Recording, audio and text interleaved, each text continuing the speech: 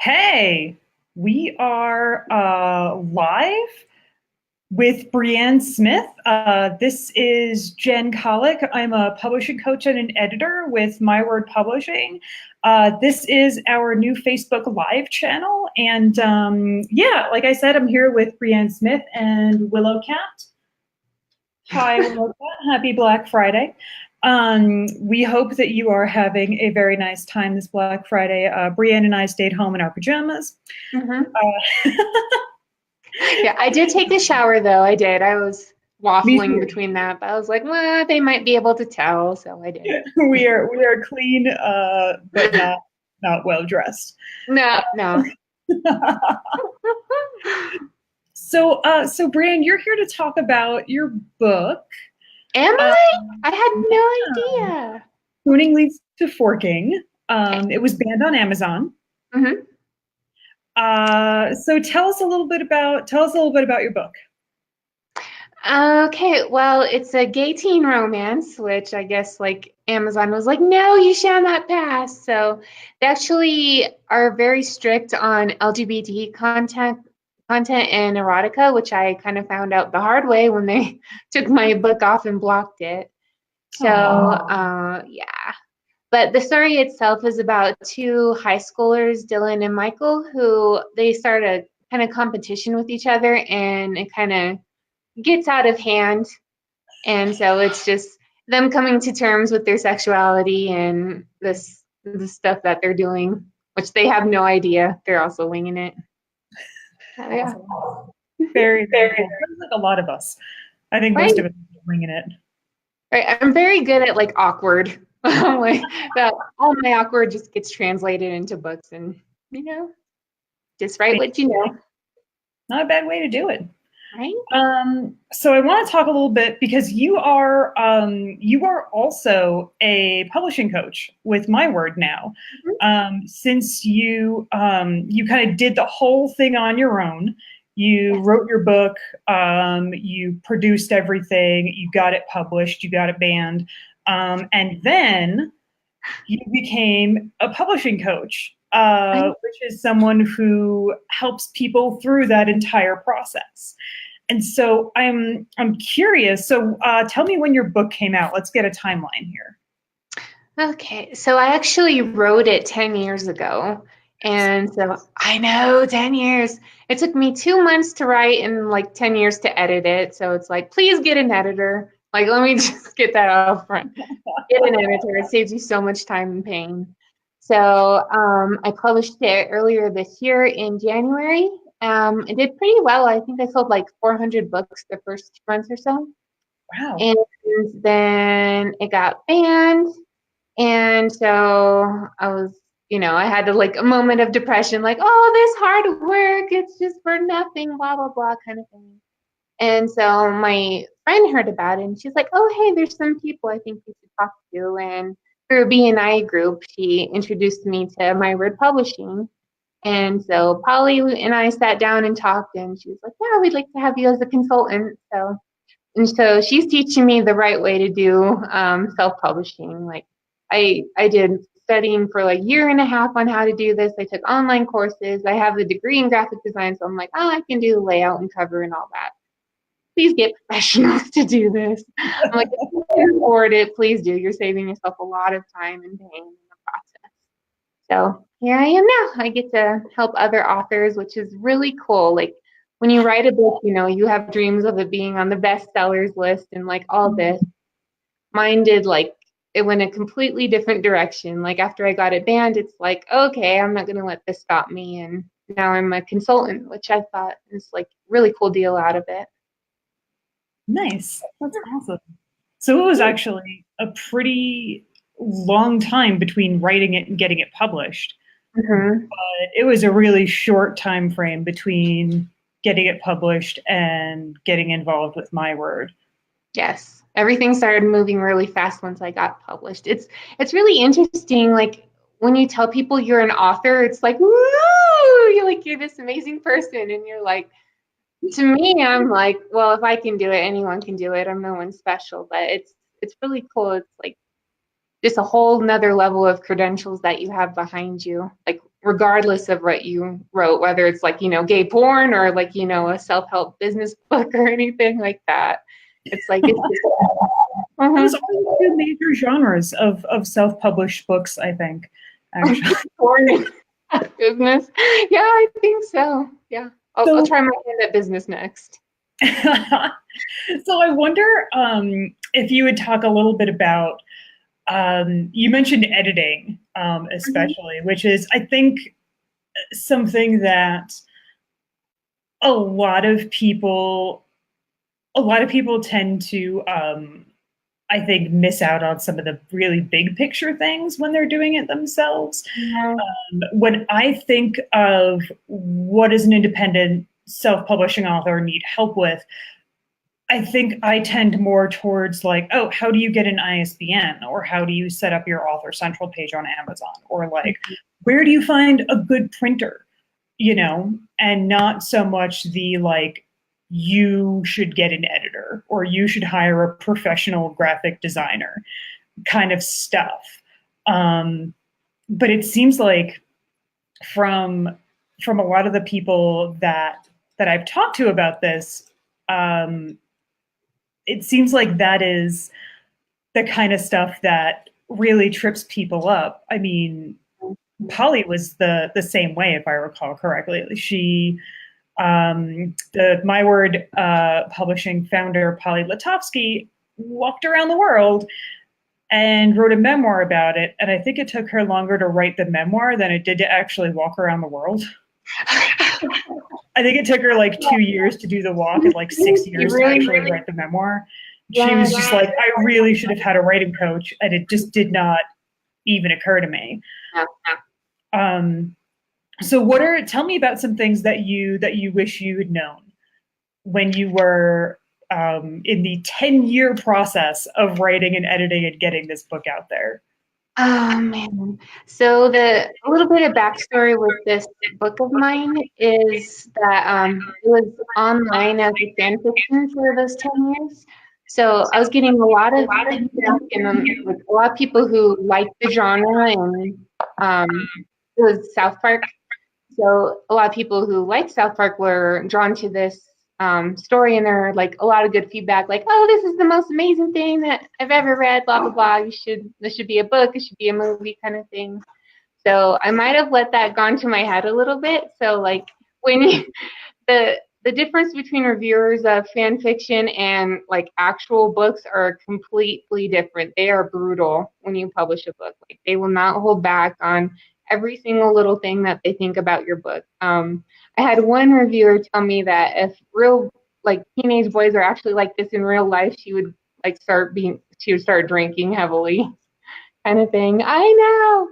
So like I've gotten like all kinds of reviews where like some people think it's like the best thing they've ever read, and other people think it's like absolutely horrible, burn it with fire. And that's really something you have to be prepared for. Not everyone's going to love your work, and to help make it the best it can be, you really do need a more professional eye, like those editors, people who are going to tell you like, okay, maybe you need to tone down the smut a little more and work on the characterization, kind of thing.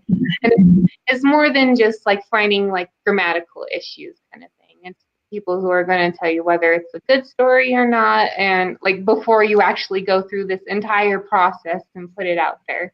They're going to help you make the best book you can. And also the same with like layout and cover design, because people are going to put a lot of stock on the first impression of your book, and that's usually the cover and the back cover as well. So you definitely want to get those professionally made as well. I do have a degree in graphic design, so I have, I guess, a little credentials there, I want to say, but still, I'm like, I've never made a book cover. Also, yeah.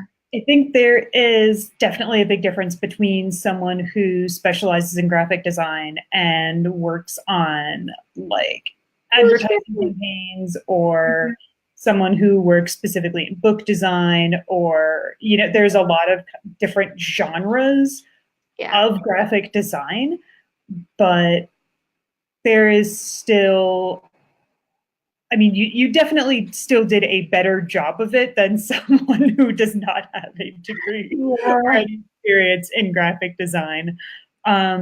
I mean, I did my own Kindle cover for the short story I have out on Kindle, and it is. I've had people with backgrounds in in book design tell me, "Oh, this is a really great cover." It's Mhm. still not really what I want for it, No. and I think until I get it together to get like a professional design, that's one of the things that's really going to bug me about it. Mhm. Um, I think that's really funny that like all across the board, me, you, and Polly are one thing. Is like, no, we wish we hired professionals. Yes, and I think the shortcoming with most fiction writers are that we're like a lone wolf. A lot of our writing is just solo, and we don't. I guess I have like the social awkward face, so I hate asking for help when I can do it myself, like the long way, the long and hard way, I guess. So it's like making a good book definitely involves a team. So like your publishing coach, your editors, your layout, your designers. It's really more of a pack rather than the lone wolf kind of game. Definitely. So I When, definitely recommend finding good people. yeah. When you think about all of the stuff that you went through, this like decade long journey of getting your book finished and published, are there any things that you are glad you did yourself? Um, well, yeah, I'm glad I did all of it myself. So now I know that I really want other people to help me next time. I, I think if I hadn't gone through that, I wouldn't appreciate like the other avenues so much and be such a big proponent of my word publishing and other services that they do as well. I'm like, I am definitely here now to help make the process as easy as possible for other authors so they don't have to go through it the hard way like I did. So I'm glad I did it myself. Now now I know I don't have to. So next time I'm definitely going to get the professional eye on this. And I think that's a really important thing to kind of consider too, is that you, in hiring professional help, um, you're kind of saying, well, it's better to have like a pack than just be like a lone wolf by yourself. It's like you you are still in control of everything, but you don't. It's just that you don't have to do it all by yourself, which Mm-hmm. I think a lot of people, when they want to do it all by themselves, that's kind of what they're thinking is like, well, I don't want to give up control of my work Yeah. that I put so much of myself into over to someone else. But that's not really, that's not really what you're, if you're self-publishing, that's not what you're really doing. Mm-hmm. Um, but yeah, I tend to agree with that though. Like, I'm glad I did all the minutia of it and every little thing myself so that now I know like, oh, this part is kind of fun and this part is kind of a pain, and this is where you really want to convince someone not to just go it alone. um yeah, it's definitely better to do everything yourself, and then because then you have an idea of where independent authors are coming from, what kind of pitfalls there are, Mm-hmm. all the little traps you might fall into. um you are also learning layout design. I Uh, am. It's been a process. It's like dealing with software and computers and technology. I'm like, it's kind of a hit or miss. Like sometimes my internet won't work, and then now I'm like, I lost my login for like Adobe Suite, so I'm on a trial run right now. So it's like just little things like that makes you want to tear your hair out. But once I get into the flow of things, yeah, it's a whole lot different kind of because I've done marketing and graphic design layout, but a book layout is completely different, especially with, for paperbacks or hardbacks or ebooks, or they're completely different things. and that's an interesting, that's something that I never considered before I was working with my word, is that you have to do two layouts. You have to do an ebook layout and you have to do a print layout, Yeah. because ebooks don't really have pages, right? No, No, and for ebooks, the layout's a lot more simplified. And then with also with ebooks, depending on what device they're reading their book on, they can change the font or the layout themselves, kind of thing. So a lot of stuff that you have to do for paperback, where it's all static, you can be a little more lax with than ebook. But you have to be careful that your font doesn't end up like 100-point font and like each letter is on one page, kind of thing, which I've had happen to me. Oh no. I know. Yeah, but it's all learning. Aw. Yeah, I think that's a good way to look at it. It's a learning. It is learning. So I think we are getting close to wrap up time here, but I wanted to ask you one more thing. What bit of advice, if you could give like one bit of advice to authors who are just starting to consider their sort of options and weighing all of the things when it comes to self-publishing. If you had one bit of advice for those folks, what would it be? Come to a My Word Publishing workshop, definitely. Do the Publishing 101. I was not. Yeah. I was not trying to lead you into that. I was expecting to like hire an editor. Yeah. Yeah, but honestly, talk to someone who's done it before. You can find authors online or like in your, I guess, local bookstores too, where they host local authors. Like sit down and talk to them. And I love like the library as well. They do a lot of author panels and interviews and just book events. Like sit down, grab one of the authors and talk to you. They absolutely love questions about their work, and they're really insightful. So definitely talk to a professional, yes, but someone who's also done it before. I think that is wonderful advice. It's so easy to get lost down the Google hole, like that, which is what I did. Like I was looking up everything online, and there's so much conflicting information, and a lot of like, especially with vanity presses too, it's so easy to get caught up in one of those, and then not realize you're handing over your manuscript, all your rights and stuff. So that's something you want to be aware of. Definitely. So with that, I think we want to wish everyone a happy Black Friday. Hope you are having a nice time sitting at home in your pajamas. Like us. Do you have anything coming up that you want to plug, Brianne? I do actually have an author takeover on Facebook with the MN Banter. So that'll be on December 2nd at 2:00 p.m. Mountain Standard Time. And so there'll be like giveaways, and I'll do like take questions and all that. So that'll be my next little promo I have coming up. Walk me through, what is exactly an author takeover? Oh, that's a good question. I think I'll be able to tell you more after the second. Just gonna wing it. I'm just winging it. Yes. So, but people will be able to ask questions, and I'll type them out, and then also do like excerpts from my book and like upcoming works that I have coming up and all that. Oh, nice. Very cool. All right. As for me, what do I have coming up? There's our holiday party coming up at Slattery's in Greenwood Village. That's going to be this Tuesday, November 27th. From 6 p.m. And what else? I am actually going to be teaching a couple of writing classes at some of the West Side Denver rec centers starting in January. So I'll have more info about that going around soon. Nice. Yeah. Awesome. Thank you so much for coming to talk to us. Brianne, this was super fun. I'm really glad we got to sit down and have a chat about your book and about all of your self-publishing experiences.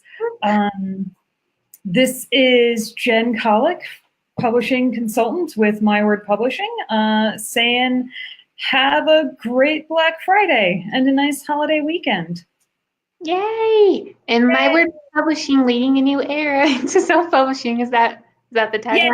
thanks, Yes. Brianne. That's our tagline. Awesome. Okay, bye. Bye. Thank you.